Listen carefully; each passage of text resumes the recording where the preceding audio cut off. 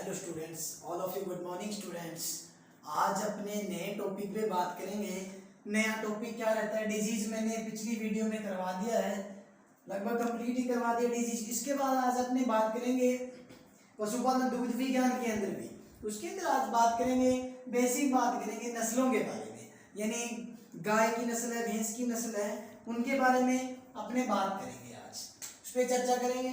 उसके अंदर क्या रहता है, पहले अपने हेडिंग डाल लेते हैं, ब्रीड यानी नस्ल।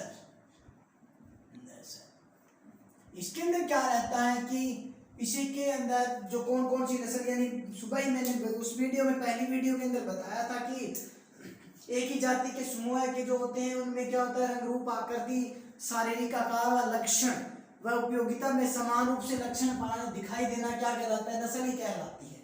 उसके अंदर क्या है कि अब अपने बात करेंगे इसके अंदर भी गाय की नस्लें, शुरुआत के अंदर गाय की नस्लों की बात करेंगे। इसमें क्या है कि राष्ट्रीय एक अनुसंधान है, राष्ट्रीय पशु आनुवांशिक ब्यूरो, आनुवांशिक संस्थान ब्यूरो करनाल हरियाणा के अंदर है। उसके अनुसार हमारे यहाँ गाय की नस्लें कितनी पाई जाती है, तो अपने स्टार्टिंग में बात करेंगे गाय की नस्लें। गाय की नस्लें इसके अंदर है कि प्रत्येक नस्ल के लिए मैं एक वीडियो अपलोड करता रहूंगा। प्रत्येक यानी चाहे 8 है, 9 है, 10 है, कितनी भी गाय की नस्ल है उनके लिए, प्रत्येक के लिए, तो उसमें पहले अपने नोट लगा, ये क्वेश्चन भी लिख सकते हो आप। राष्ट्रीय पशु आनुवांशिक संस्थान ब्यूरो, राष्ट्रीय पशु आनुवांशिक संस्थान,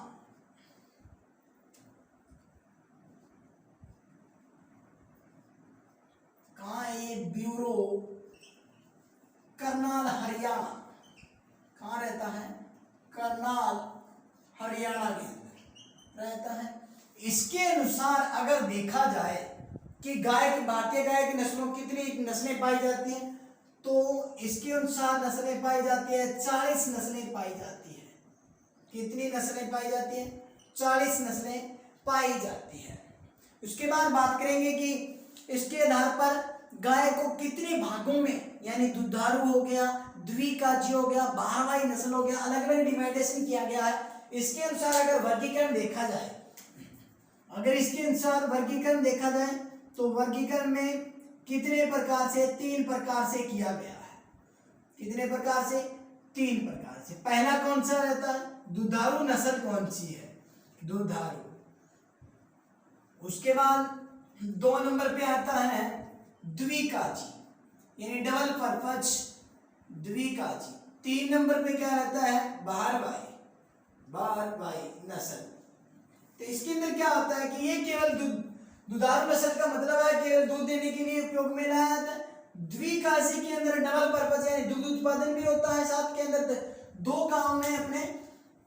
और 3 नंबर पे आता है बारहवाई नस्लें, यानी जो बाहर वाहक होती है वो नस्लें इस वर्गीकरण के अंतर्गत आएगी। अब अपने दुधारू नस्ल देख लेते हैं भी। दुधारू यानी दूध देने वाली नस्ल कौन कौन सी है, तो इसके अंदर दुधारू नस्ल रहेगी साहिवाल हो गया, सिंधी हो गया, गिर हो गया, गिर हो गया, राठी और देवनी। राठी द्विकाजी के अंदर भी आती है। साहिवाल, इसके अंदर कौन कौन सी रहती है? साहिवाल हो गया, सिंधी हो गया, गिर हो गया। साहिवाल, सिंधी, गिर, 3 नस्ल तो दुधारू की होती है। तो इसके अलावा देवनी नस्ल भी किसके अंतर्गत आती है? देवनी नस्ल भी गाय की दुधारू नस्लों के अंतर्गत आती है। और राठी भी द्विकाजी के अंतर्गत आती है। तो अगर द्विकाजी नस्ल की बात की जाए तो कौन कौन सी रहती है? थार पारकर हो गया, कांकरेज हो गया, हरियाणा हो गया, थार पारकर,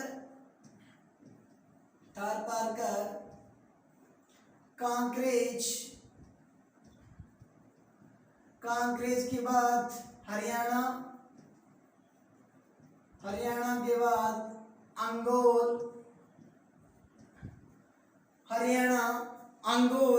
अंगोल के बाद अपने बात करेंगे डांगी, डांगी के बाद देवली, डांगी, पंगानूर, देवली, मेवाती। इसके अंदर क्या है कि मेवाती इंपॉर्टेंट रहता है।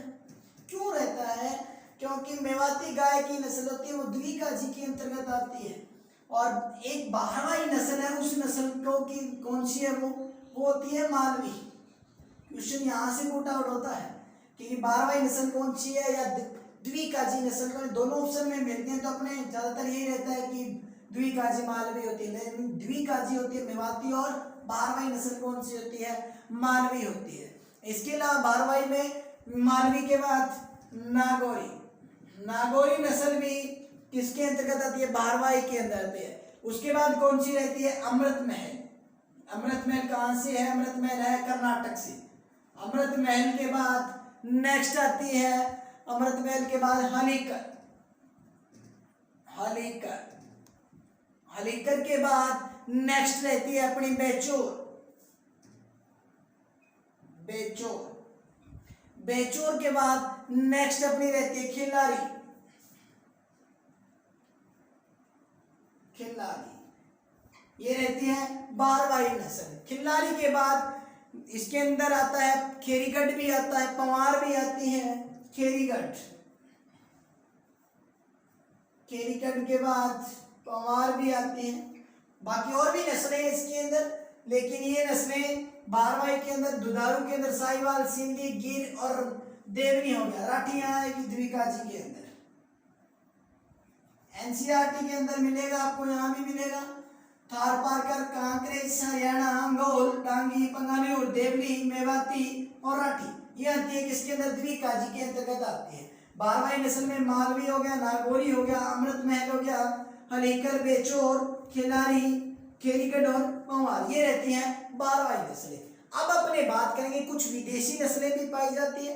विदेशी नस्लें कौन सी है? उसका क्या है कि कंपटीशन में क्या पूछा जाता है कि कंपटीशन में इसका मूल स्थान पूछा जाता है। बहुत ऐसे 4-5 ऐसी नस्ल है जिसका मूल स्थान बहुत बार पूछा भी गया है, लेकिन नोट लगा कि ये भी क्वेश्चन लिख सकते हो आप।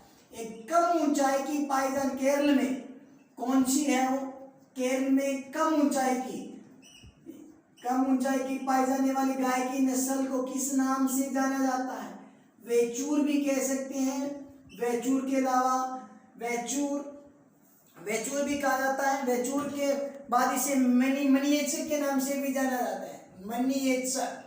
मनिएचर के नाम से भी जाना जाता है। ये भी क्वेश्चन बहुत बार पूछा जाता है, ये भी क्वेश्चन इंपॉर्टेंट रहता है कंपटीशन की तरफ से। उसके बाद अपने बात करेंगे कि जो नस्लें पाई जाती है विदेश के अंदर, यानी विदेशी नस्ल कौन कौन सी है और इनका मूल स्थान क्या होता है।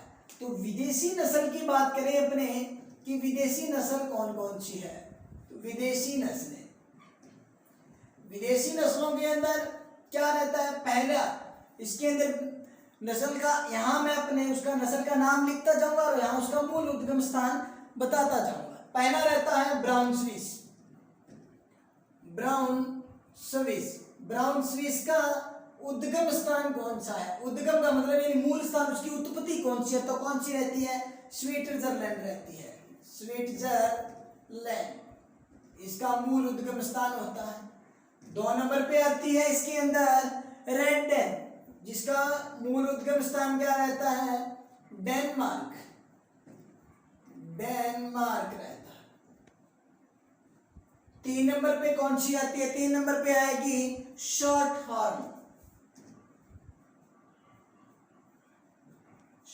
हॉर्न का मूल उद्गम स्थान कौन सा रहता है? शॉर्ट हॉर्न का रहता है इंग्लैंड, इसका मूल उद्गम स्थान रहता है इंग्लैंड। उसके बाद नेक्स्ट आती है इसके अंतर्गत आयरशायर, स्कॉटलैंड की है उद्गम स्थान। आयरशायर स्कॉटलैंड की। आयरशायर सबसे सुंदर नस्ल मानी जाती है, सबसे सुंदर नस्ल यानी ब्यूटीफुल मानी जाती है।